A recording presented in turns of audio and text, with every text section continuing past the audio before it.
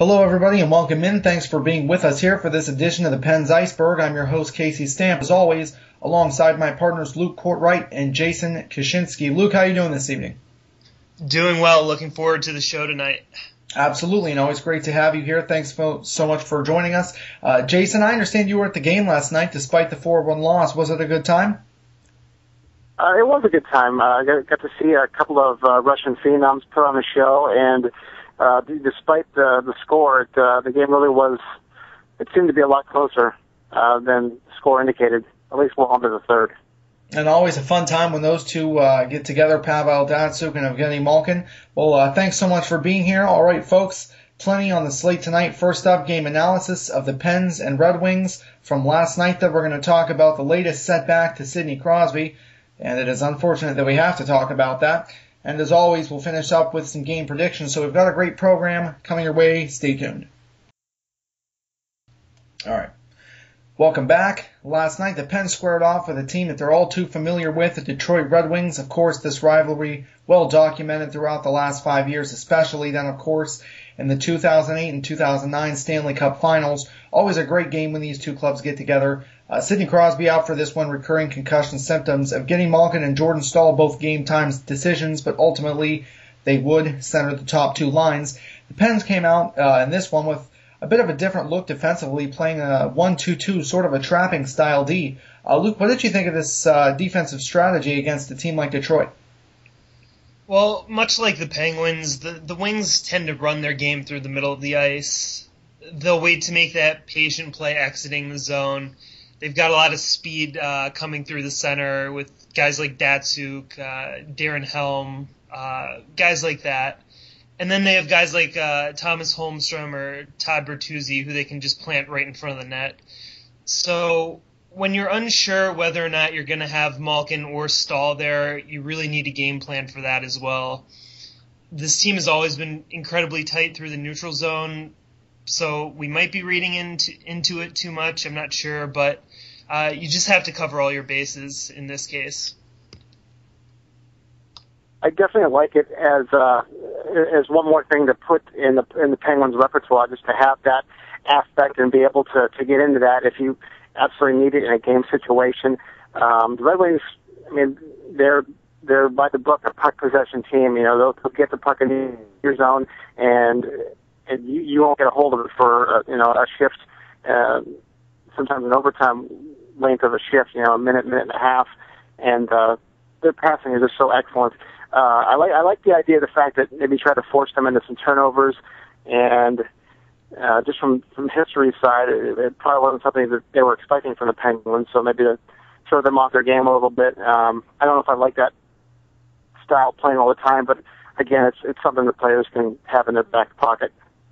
And certainly the Penguins and the Detroit Red Wings, two of the most systematic teams in hockey, and that's, I think, why it's so great when these two teams play and why it's always an interesting matchup, because two great systems, one facing off with another, and certainly a curveball thrown by Dan Bilesman to change up that system a bit and keep them off balance and really created a lot of turnovers. And the 1-2-2 certainly seemed effective early in this one, as the Pens were really able to limit the Detroit chances and create a lot of turnovers, a lot of odd man rushes. The first goal of this contest was scored at the end of the first period with only 7 seconds to go in the period by Evgeny Malkin, who absolutely ripped a shot past goaltender Jimmy Howard on a breakaway, and so the first would end with the Pens holding the 1-0 advantage. And then in the second period, more of the same to start. The Pens had a power play chance early in the second, but could not convert it.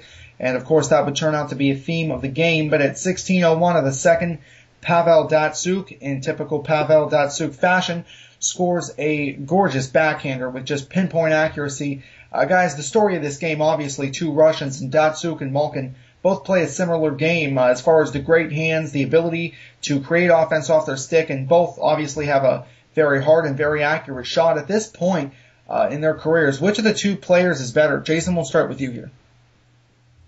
Wow, that's really like asking what kind of car would you prefer? Do you like better, a Ferrari or a Lamborghini? It's that tough to call. I have to give the edge to Malkin, just for the fact that he's younger. He's got a little bit bigger of a body. I think he's more of a, I guess, pure offensive talent than the fact that and he's scored. I think his career high is 47 goals. So he's a threat to score 50 goals every year. Datsuk is an excellent passer, more of a playmaker, but I have to think that we haven't seen the best of Evgeny Malkin yet. He's only 25.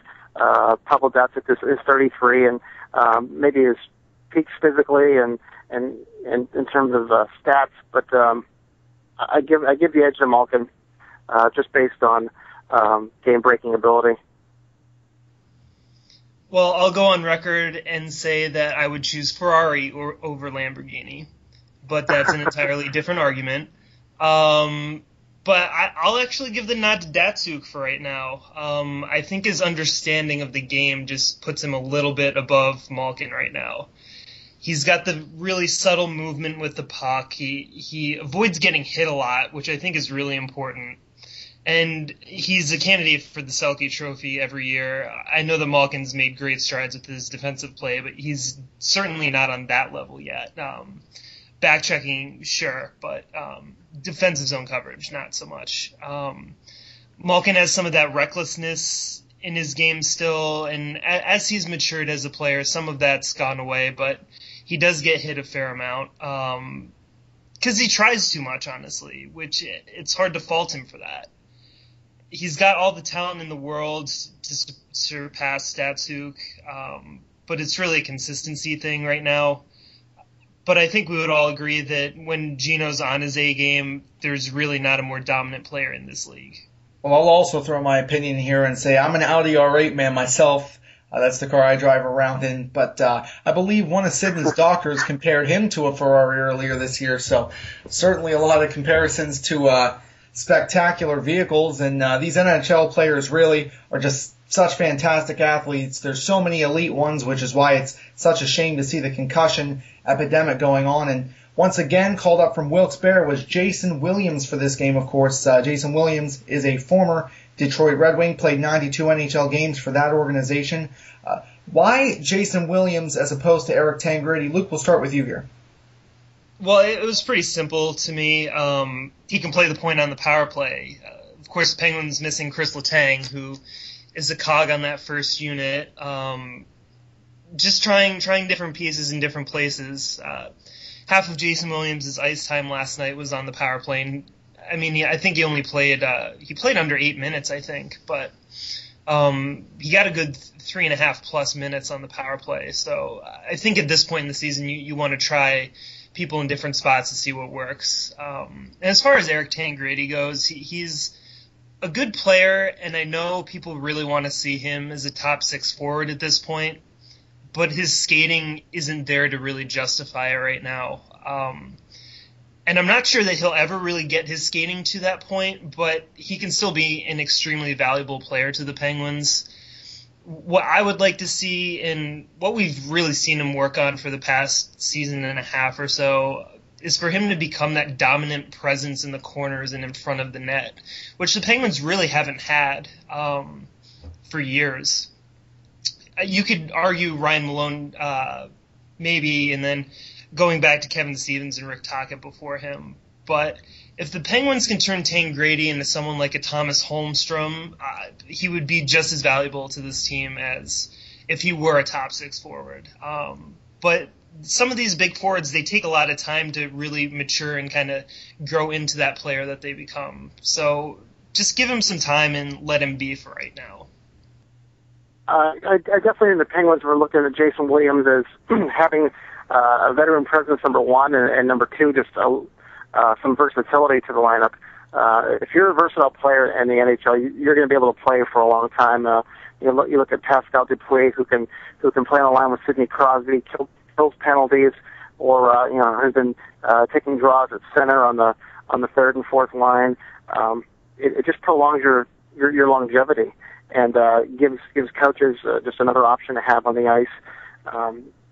Definitely agree with Luke. I think Tangradi's time will come, and it may not be in the top 6. It might be a third line possible checking style role, or but the Malone comparison is, I think, bang on.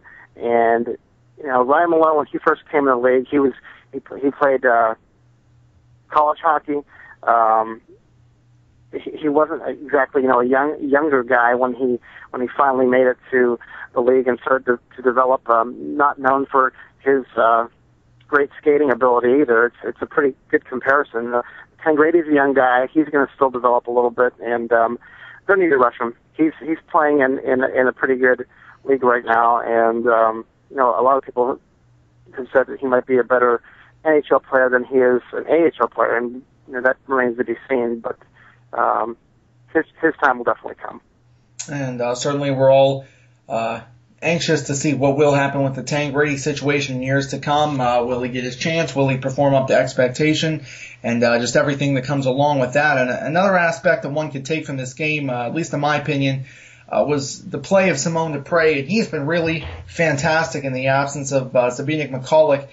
Jason, are you surprised at how well Dupré has been able to adapt to the style of play at the NHL level? I am.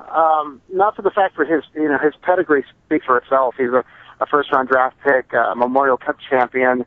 The list goes on and on for his accolades. But for a defenseman to step right into the NHL level and see the difference in speed, from the minor league to the top pro level, it's a big difference.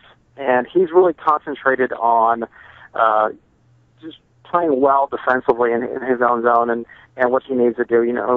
We really haven't seen a lot from his offensive game yet, and that'll come in time. But he's concentrating on the little things right now that he needs to deal with, and that's what's made him pretty valuable to the Penguins right now. Yeah, you can definitely see his talent. He's got a really great combination of size and skating, which just makes him a tremendous asset to the Penguins as an organization. I think personally he's shown a great understanding of the Penn system. He's been in the right places defensively. He's jumped into the rush. We saw him with that breakaway chance against Detroit. But there still is a little bit of tentativeness in his game. There were a couple instances I saw where he stepped up on his man, but he didn't really follow through with his check. It was almost kind of like he was surprising himself that he was really there and making the right play. I think it's great to see him play well early on, but if the Penguins do get healthy enough, he'll be on his way back down to the AHL for the rest of this year. And honestly, I wouldn't expect him to be a full-timer even next season.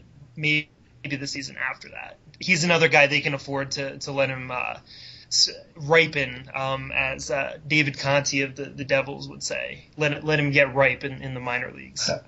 Well, certainly he's definitely been served a handful in his first full starts playing against really top-end forwards, guys like Backstrom, Ovechkin, Alexander Semin. You go back to Philly playing against Claude Giroux and Jaromir Jagr. Then, of course, in Detroit against Zetterberg and Datsuk. So he really has played with some of the league's best just since he's been up. In the third period of this game, all downhill for the Pens. For those of us who are watching the game on Root Sports, we didn't really get to see that goal that Johan Franzen ripped past Marc-Andre Fleury. Jason, what did it look like from your angle? Well, I have to preface this with the call that put the Wings on the power play. I thought the refs did a pretty good job up until that point. Letting the guys decide the game and letting them play. And right before that, I believe it was Dan Cleary got away with what looked like a hold. At least from the crowd reacted in the fact that we kind of thought there should have been a call made, and then Niskanen gets called with a pretty ticky-tack call. I mean, it was a hold, admittedly, but it wasn't one that wasn't being not called earlier in the game. But that being said, Matt Cook clears the zone 99 times out of 100, and he didn't get all of this one. And amazingly, I think I got to see a replay today that the puck hit the shaft of Datsuk, his stick, and he was able to corral the puck, lightning quick speed, beautiful backhand dish to Franzen, who put it past Fleury, and you would like to see that one get 200 feet down the ice, but it just didn't happen. Absolutely, and as you said, 9 times out of 10, Matt Cook gets that out of the zone. Actually, in my opinion, Matt Cook is the number one best at clearing the puck out of the zone. He was the one last year against the Washington Capitals, who cleared a puck all 200 feet down the ice, and not just clearing the entire ice surface, but up into the netting on the other end. He's probably the only person I've ever seen do that. So usually just incredible strength and great puck handling ability by Matt Cook in that sense, but this time it would end up costing the Pens. And that goal would make it a 2-1 game, and just a few minutes later, a penalty to Jerry Hoodler. But once again, the Pens couldn't convert on a power play. And then again at 12:56, another minor to Jerry Hoodler. And you just sort of got that feeling that it was all or nothing for the Pens on that power play. But once again, they came up empty-handed, 0 for 4 on the power play on this night. And to put the icing on the cake, Dan Cleary, would score on a breakaway chance at 15:36. And then again with the empty netter. Luke, so many people have criticized the Pens for this year for not being able to match up with elite opponents. What do you make of this criticism after losses to Detroit, Boston, New York, and Philadelphia? Could this really be the case? Well, with Philly, we've seen them in the playoffs before. And honestly, I don't think their current team is as good as the one that lost to Pittsburgh in 08 or 09. Certainly a more than capable roster. Always going to be a physical battle with them, but I think the Penguins actually match up pretty well with them. And they've got just as many big-time injuries as the Penguins do. So we'll see how that goes. And, of course, their goaltending issues. We'll see if that ever gets solved. The Rangers right now, they don't terrify me. I think the Penguins match up very well against them, actually. And we just saw how Detroit matches up against the Penguins. It'll always be a chess match with them. A lot of strategy going on there. But if we're going to say the Penguins have a healthy roster, which fingers crossed if that'll happen, the Bruins pose a whole lot of matchup issues for the Penguins. They have a very comparable team speed to Pittsburgh, but they've got so much size at both ends of the rink, and then sticking Tim Thomas behind them, and I don't know that there's a team in the league that wouldn't have matchup problems with the Boston Bruins. I don't want to overreact a little too much, and I'd like to see when we play the Rangers and the Flyers and the division opponents again, and hopefully in a rematch with Boston to have a better faring. That being said, I definitely agree with Luke 100% here. I think Boston, of all the teams, poses the most mismatch possible. Is the fact that they're putting the puck in the net, and they have a aspect of physicality of their game that's really makes them tough to beat. I mean, we saw a lot of players take some pretty good bumps and bruises from that game. They knocked Sidney Crosby out, and we'll be getting into that in a minute. But Boston's really putting those theories of a Stanley Cup hangover to rest. And of course, it's interesting to see because 3 out of those 4 teams have really had players step up this year. When it's Detroit, it's always usually the same players stepping up, and you're talking about Datsuk and Zetterberg and Nick Lidstrom. See, with Boston this year, Tyler Seguin has really got more into the mix. And with New York, Gaborik has just flourished with Richards at his center spot. And then in Philadelphia, obviously, Claude Giroux has flourished in the absence of Mike Richards after he was traded to the Los Angeles Kings. So all 3 of those matchups, dangerous matchups, none of them particularly scare me. I agree, other than Boston. But still, it's going to be interesting to see if the Pens will face those criticisms, the same exact criticisms, if they were to lose the next go-around. All right, folks, we're going to take a short break, and when we return, we'll be discussing Sidney Crosby's latest setback. Stay tuned. Welcome back. 8 games in is all it lasted this go-around, and Sid back out with concussion symptoms. He has passed his impact test. He says he feels some symptoms, possibly from the Krejci elbow or from one of the many hits he received in the Boston Bruins game. He says he feels more like he did at the start of training camp than he did in January. What does this mean? Obviously, it's not back to square one. But Jason, if you were to speculate, where is he in terms of progression as far as what he feels? I will take Sid's opinion over a doctor's and other speculators, and the fact that he knows his body better than anybody. you can pass an impact test and still not feel right, or it could say that you haven't had a concussion, but that doesn't mean that symptoms aren't going to persist. He wasn't the only one to get banged up in that Bruins game, but he took, several pretty big bumps in the Krejci elbow. I think Marchand hit him a pretty good time, and I also think he might have suffered some kind of whiplash from the collision with Chris Kunitz, the inadvertent collision there at center ice, and who knows what that can kind of trigger. That might trigger concussion symptoms without actually giving a concussion. It's really a league-wide epidemic at this point, but I'll trust Sid when he says that he's ready to go 100%. And obviously, I think he was for a while. But this could be 5 games. This could be a month. I hate to speculate, but I'll trust that he'll be back at 100% whenever he's ready. Yeah, I've decided that I'm just not going to listen to any of these reports until we get a quote-unquote he's playing tonight type of answer, because I feel like we've done this dance before and it didn't go well the last time. We were speculating during training camp that when he would come back, and then it lasted another 2 months, so I don't really know who or what to believe here. But looking at that Bruins game, if it was that Krejci elbow and not the collision with Kunitz that some are speculating brought back these symptoms, I'm not really sure how Crosby's going to hold up. Those kinds of hits happen on a fairly regular basis, and if he can't handle that, he's going to have a really tough time playing in this league, particularly with the style of game that he plays, because he's very aggressive, goes hard into the corners, gets his nose dirty. I'd love to see him back after Christmas, but I don't know that anyone really knows at this point. It's always a day-to-day type thing.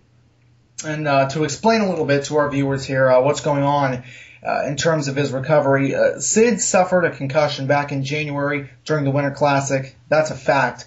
Many speculate that he suffered another in the game just 5 days after that against the Tampa Bay Lightning. That's my personal opinion, but it was never discussed. It was never something that was confirmed. Some also speculated that the hit by Victor Hedman just simply caused the symptoms to flare up. It took Sid 10 months to return in any case. Now, his brain is still healing. It will be for some time. The brain heals at a much slower rate than any other organ in the body. When you talk about injury to the brain as severe as what Sid experienced, it's usually a matter of years as far as the healing process. It's not a broken arm or a broken leg where you can put a timetable on it. It's more of a full progression of a few years. And when he suffered the setback in the game against Boston, essentially that means that something in the healing process was disrupted or set back, which is why they call it a setback, and his body is telling him to stop, which is where the symptoms come from. So he's out indefinitely. Once again, no timetable. And one of the concerns that I think a lot of people have, myself included, is that, as Luke mentioned, these types of hits that Krejci delivered him are fairly common. And one of the things that Sid has to realize, and I completely understand that it's probably very hard to accept for him because he is the best player in the game today, and he wants to be that player and come back and produce at that kind of pace. And it's very, very frustrating when something like this happens. But at the same time, because it is his brain and not something else, and because of the healing time of the brain, he's going to have to realize that from time to time, when he gets hit like that, these symptoms, he's going to be prone to receiving these symptoms. Not that he will feel them every time he's hit in the head, but he is definitely more prone than the average player to receiving these symptoms when he's hit in the head, because his brain, as opposed to others, is still in the healing process. And we all know that Sid was extremely cautious the first time around. Luke, we'll start with you here. Do you expect him to handle this the same way? Well, I think they have to handle it the same way. I would even say they would have to be more cautious, but I'm not really sure that that's possible. Giving him 10 months and seemingly being overly cautious at times. So they definitely have to do it the same way. He is their marquee player. He's the face of the entire league. people around the country and world, for that matter, know his name. He's making everyone money. You really can't afford to gamble on his health. We've seen how that turned out with Eric Lindros. They really need to be 100% sure on his condition before they throw him back in there. Definitely. And, you can throw out the old school mentality of your fans or the criticisms that, he just needs to suck it up and play. And, there's been tons of things that have come out in recent years. The brain studies that show the degenerative brain diseases of, NFL fighters. And those are the guys that, take, headshots from opponents' fists on a nightly basis, and that's a little different, obviously. But he's your top asset, and he's what's so frustrating about this is he's not even at his physical peak where he could be producing stats that this era hasn't seen yet, and doing things on the ice that only he can show us. And the only person, fans are frustrated and definitely understandable, but you got to think how he feels. I mean, you've taken his livelihood and probably the thing he loves the most away from him. It's been taken away, and there's life after hockey for him too, and that has to be taken into consideration. And whether he plays, 5 years, 10 years, 2 more years, who knows? But I think you have to deal with ultra caution, and the Pens did that the first time, and they just need to continue doing that here as well. And certainly fans are once again having divided and mixed reactions organizationally. How do the Pens handle this with a second time as far as the coaching staff and the players? Do they proceed as they did before with a business as usual attitude? Jason, we'll begin with you here. I think you have to. Internally, I don't know if it would ever be said or come out, but I think if you do what you did last year, and with the hope that maybe Sid would come back for the playoffs, I think you approach it as such, because this team is good enough to compete every night and to get into the playoffs, especially with a healthy Malkin leading the way. They can do it, and you get your seed and you match up with the opponent you have, and we've seen 8 beat number 1 seeds before, pretty well. And I think the one thing that might be key to this, and you hate to see it at such a young age, but they might have to approach him and say, you might have to change your game around a little bit. And the fact that he's a great skater, he might have to start avoiding contact, more than he has in the past. And it's hard to do. I mean, because Sid's hardwired that way, but it might be a conversation that they might have to, have organizationally with him to prolong his career. They've shown that they can be a highly competitive team without him. We saw that they were the number 1 team in the league for a little while here. It's a bummer that Crosby's out, sure, but for these players, they can't afford to hang their head about it. This is a confident team. They've got a little swagger in their step the majority of the time, and honestly, for them to be successful, they need that. It's a very aggressive forechecking style where if you don't have that confidence, you're not really going to go anywhere. And honestly, I think you could argue that the injuries on defense are a bigger blow than Crosby being out right now. You have McCulloch, Letang, Lovejoy, Straight and Bortuzzo even. Throwing Simone Dupre into the mix as a 20, 21-year-old. I think that when you have 3 of your top 6 or 7 D out, that's a bigger blow than just your number 1 center. And I mean, he's the best center in the world, the best player in the world, but this is a team that has shown they can grind it out, and they can't afford to be hanging their head at this point. And let's just say, for the sake of argument, Sid comes back, plays a few games, suffers another setback.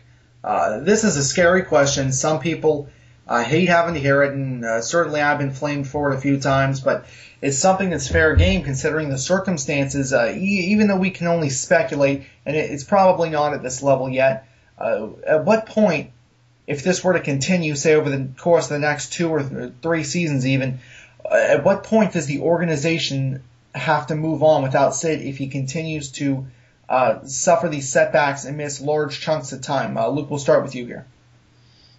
Well, it's always important to have a backup plan, but for a full-blown reaction here, thinking that Sid is out, you can only react when the doctors and Sid make that decision.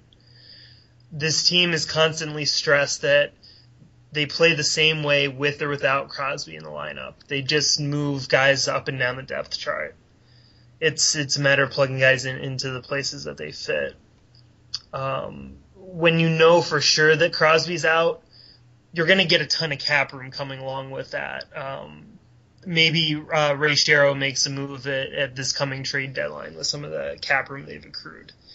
But you can't freak out until you have to. But backup plans are definitely a good idea for any organization, not just the Penguins. I don't think that you can walk away from what Sid's given to this team, the franchise, the city. And he's been loyal to the Penguins, and I expect that to be shown to him in return in the fact that whether it be through his contract, Ray Shero and Mary Lemieux, giving him the time he needs to recover. With that being said, obviously having like Luke mentioned, a backup plan, and whether that's everyone sits down and together, and if it needs to be talked about that he has to sit out a full calendar season, and then you use that cap space to sign someone. The difficult thing with that is, who are you going to get to take up $8.7 million, perhaps on a 1-year deal?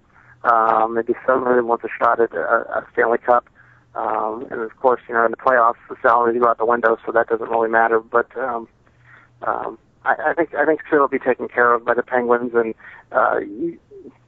no matter what happens in the present, I think there's always hope for him to recover fully, and you just can't walk away from the talent. I see him being a part of this organization, this team, and the city for life. And certainly we definitely hope that's the case, and we hope it never comes to that, even contemplating retirement. And we know that Sid isn't the only one dealing with this right now. Of course, Claude Giroux, Chris Pronger, Milan McCulloch, Jeff Skinner, Chris Letang, Yoni Pekkanen, the list goes on and on of star players all across the league, and so many players out right now due to this epidemic. Jason, what can the league do to try to stop all the craziness going on right now? Well, the league, sometimes the league looks like they're headed in the right track when you have Brendan Shanahan explaining the hits and the suspensions to fans, and then sometimes, to quote Mary Lemieux, it looks like a garage league. And I think they have to look at their assets and the guys on the ice, and especially the stars, the young stars in this game. Just looking at Skinner and Giroux was a odd situation because he got hit by a teammate, but so many players have the concussions right now. It is an epidemic, and you do have to protect them. I think a little bit like how the NFL sees its quarterbacks, because there isn't another Sidney Crosby that's just going to come in and step in there. You look at Mark Savard's situation, who most likely will never play another pro game, and he was one of the top playmakers in the league. And I as a Pens fan, I can definitely admit that I really hated the hit that Cook put on him. That being said, I hated the hit that Mike Richards put on David Booth to knock him out for months. And I think it's time for the NHL to penalize pretty much any headshot, whether it be an elbow, other shoulder, body part, any hit to the head, and just take care of it from the ground up. I think that's the only way it's going to get out of the game. You're not going to take hitting out of the game. It's not going to happen. But they need to be smart about it. I mean, whether you call it a penalty on the ice or a game misconduct, and then you look at the hit and see if it needs supplemental discipline, so be it. But you have to protect the players. and it's just not happening right now. I really don't think there's any more craziness than we've had in years past.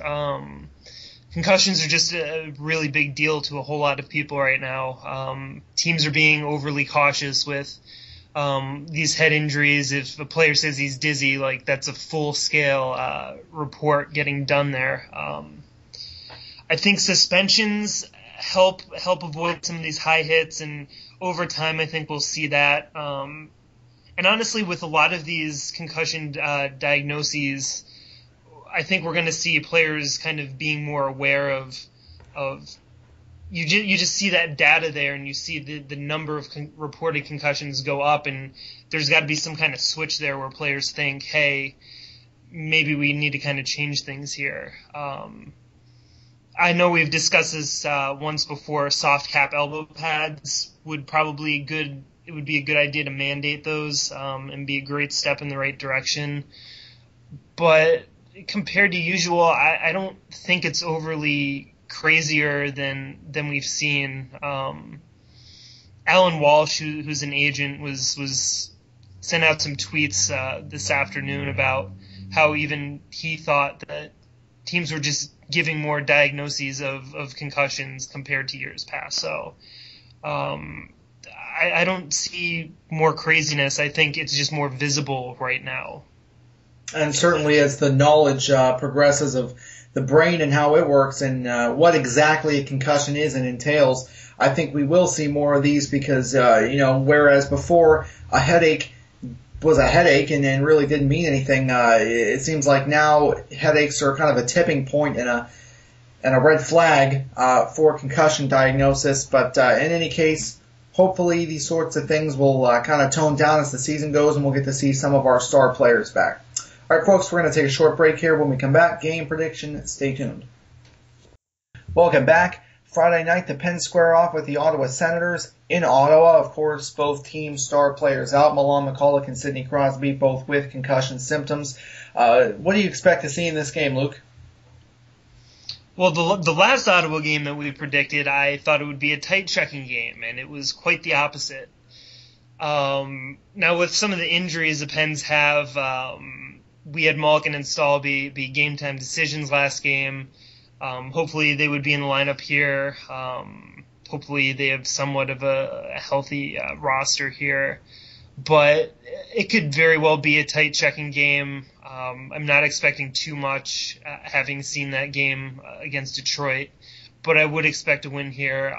I'll say 2-1 Pens. Well, this will be interesting because after the last game, we had Brian Murray make his comments about saying pretty much that elbows to the head were okay, and with Nick Foligno kind of diving over Fleury 3-4 times in a game and running the goaltender, so to speak. We'll see if he gets some of his tougher players, Chris Neal and so forth, in the lineup. Pens have always, I don't know, it's something about Ottawa is kind of lowered their production a little bit. Even a healthy Crosby has never really lit it up too much in Ottawa. I'd like to see Marc-Andre Fleury get back to his early season form and get a little bit sharper. Probably, yeah, exactly. I'll go with Luke in a one-goal game, maybe 3-2 Pens. Always fun when the Pens face off with the Senators, and then Saturday, the second half of a back-to-back. This one will be at home against the Buffalo Sabres, a team that perhaps hasn't lived up to the lofty expectations. Tied for 7th in the East with New Jersey and Montreal. Certainly, I think part of that's due to the slump of Ryan Miller a little bit earlier this season, and of course the injuries to Ryan Miller as well at the hands of Milan Lucic. But there for a while. Jason, we'll begin with you here. What are your thoughts on this matchup? I think the Pens and Sabres in the last few years, since the post-lockout, have really played some of the more entertaining games. They both like to go north-south, and they're both teams that base their games on speed, and I think we'll see that again a little bit. The Sabres are a little bit of funk as well. They took a page out of the Glenn Sather school of general manager, and just threw a bunch of money at some players this off season, and just goes to show that you can't always buy a winner. But that being said, I think Lindy Ruff's a good coach, and he'll get him back on track. But I see the Pens winning a barn burner here. I'll say 5-4. Well, Ryan Miller's coming off of a pretty strong game here the other night, and I think Buffalo looks like they're headed in the right direction here too. So we'll see how that goes. But with the Pens having back-to-back games and a pretty beat-up roster, it pains me to say this, but this will be the first prediction of the season on this show where I predict a Penguins loss. Hopefully I'm proven wrong, but... Well, that had to happen sometime. And, yes, it pains me. Yeah, there will be more to come. Penguins have a really tough schedule this year. Of course, with the realignment next year, I believe it's every two teams twice every year, however you say it. All the 30 teams, you get to play them twice, one home, one away. I believe that's how they realigned it. But this year, the Penguins just have such a tough schedule, and Buffalo, of course, being part of that Saturday. All right, folks, well, that's going to do it here for our show tonight. We thank you all so much for tuning in, as always. Luke, thanks so much, as always. It's been a pleasure, and we'll see you here next week. All right, hopefully we can get through this week somewhat healthy. Let's see if we can do it. Jason, always great to have you here on the show, and we'll see you right back here next week. Great to be here. Hopefully we have less players in the infirmary. Hopefully less players in the infirmary. Hopefully some good news, things coming from perhaps Chris Letang or Zbigniew McCulloch. Haven't heard anything from them in a while. All right, folks, thanks so much for spending your Wednesday night with us, and have a great night and a great week.